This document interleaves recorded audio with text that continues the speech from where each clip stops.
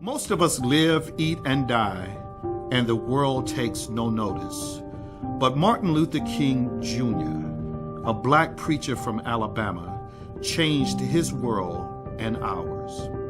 We have always been a nation divided by race, and those divisions are again amplified. The time is right to pause and reflect on his journey. J. Edgar Hoover, director of the FBI during King's lifetime, would be disappointed that there is a national holiday in King's honor. The FBI began monitoring King in December 1955 after his involvement with the Montgomery bus boycott. Throughout the 1960s, agents bugged his home, his office, and his hotel rooms.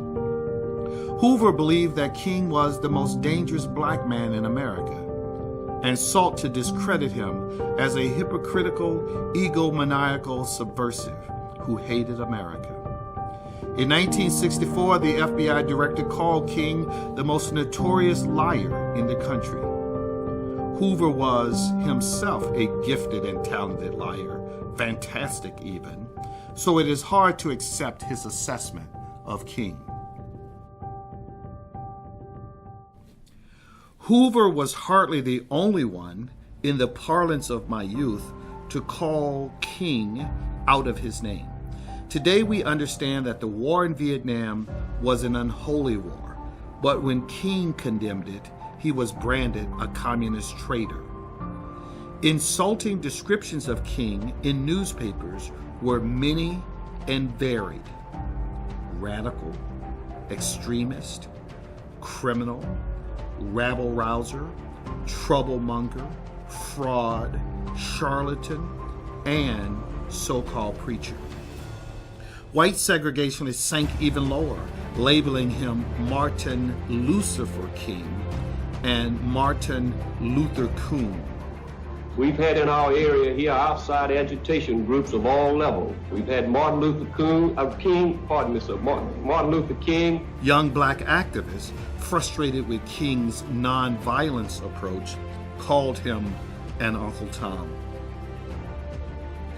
King was blamed for race riots, blamed for black children going to jail, blamed for the bombing that killed the 4 girls in a Birmingham church, even blamed for his own death.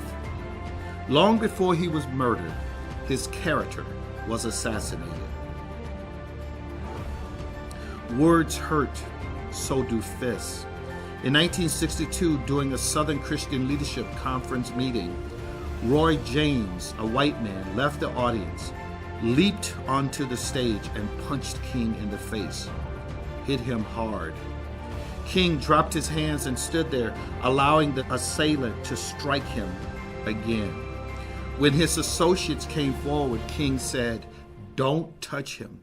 We have to pray for him." King understood that forgiveness is not weakness.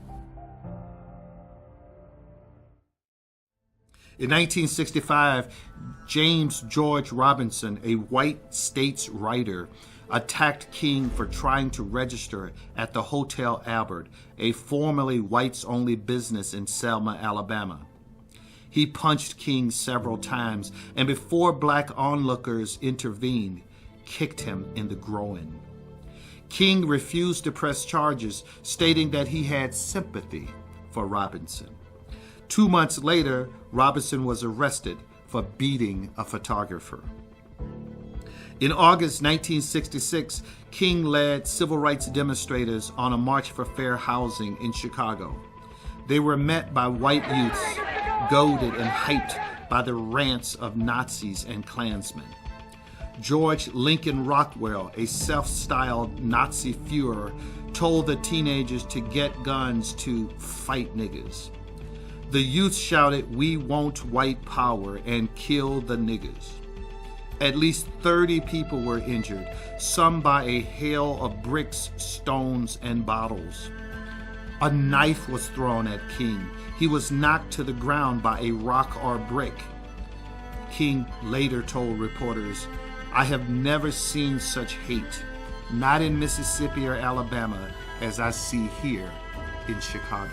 I've been in many demonstrations all across the South, but I can say that I have never seen, even in Mississippi and Alabama, mobs as hostile and as hate-filled as I've seen here in Chicago. We all die. Some of us are murdered. In retrospect, it seems almost inevitable that someone would kill King. On January the 30th, 1956, only weeks after the movement began, a white terrorist walked up to King's home and tossed an explosive on the porch. The bomb damaged the home but did not injure Coretta Scott King or Yolanda, their 7-month-old daughter. King was at a nearby church delivering a speech. He returned home to find it surrounded by black people thirsty for revenge. Standing a few feet from the site of the explosion, the young preacher channeled his inner angel. "I want you to love our enemies," he told the crowd. "Love them and let them know you love them." A year later, another person threw 12 sticks of dynamite wrapped around a tube onto the porch of King's home.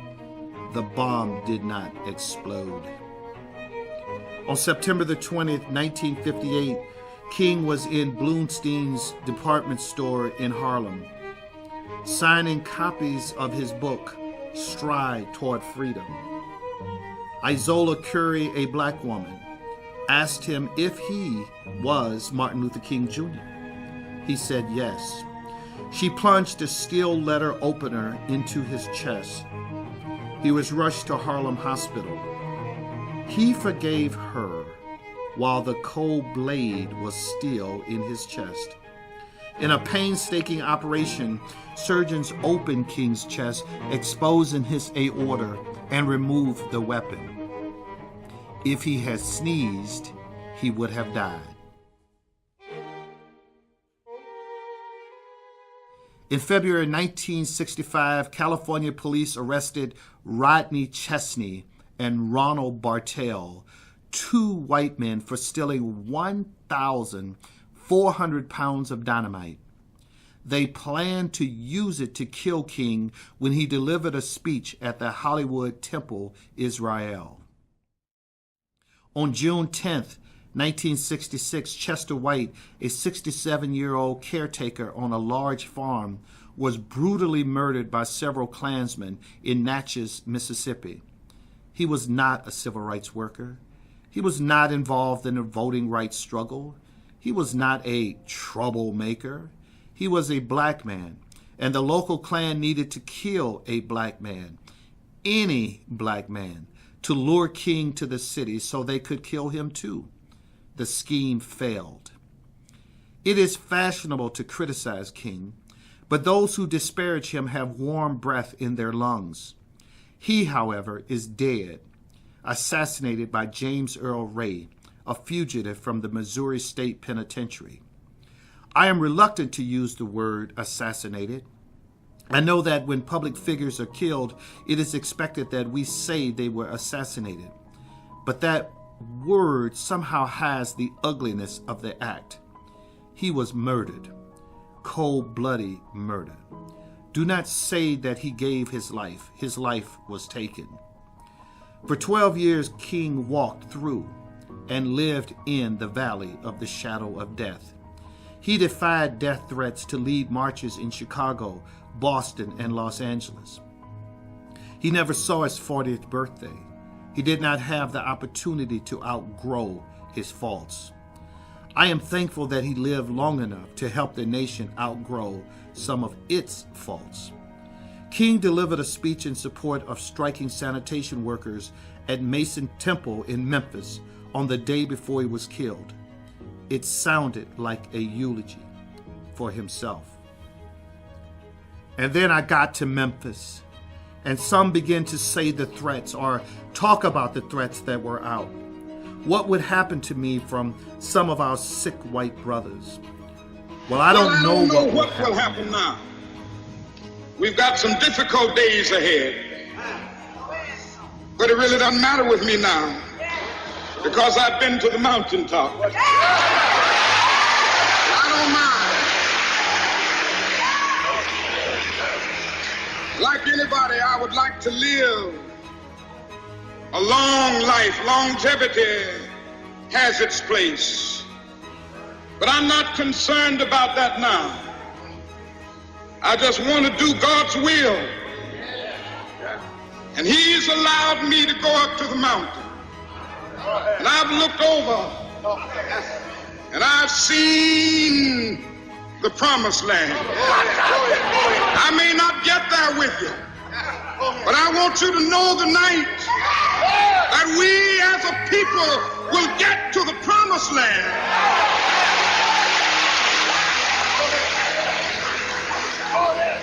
So I'm happy tonight. I'm not worried about anything. I'm not fearing any man. Mine eyes have seen the glory of the coming of the Lord.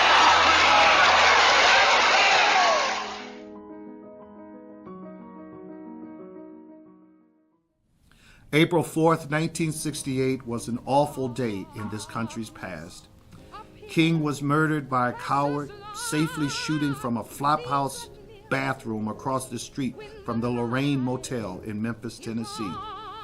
It angers me that Ray used a rifle to gain a name, forever linking himself to King. While we are honoring King, white supremacists are wishing each other happy James Earl Ray Day.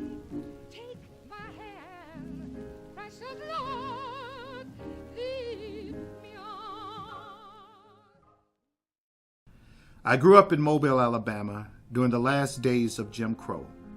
The governor was George Wallace, a white supremacist during a time when that label was a badge of honor in many places. I believed those days were spent. Segregation now, segregation tomorrow, and segregation forever. I was wrong. Awful days are here again. Politicians with a bloodlust for power feed racial hostilities, and anyone who checks them is called a racist. The rhetoric that I hear from our national leaders is reminiscent of Wallace's rants. Hate and fear, alas, remain primary organizing forces. Those of us committed to social justice must fight the good fight, run and not get weary, be people of conscience, social reformers who help the poor and disfavored, while also speaking truth to power. We will sometimes be angry, but we must never be dragged so low as to hate others.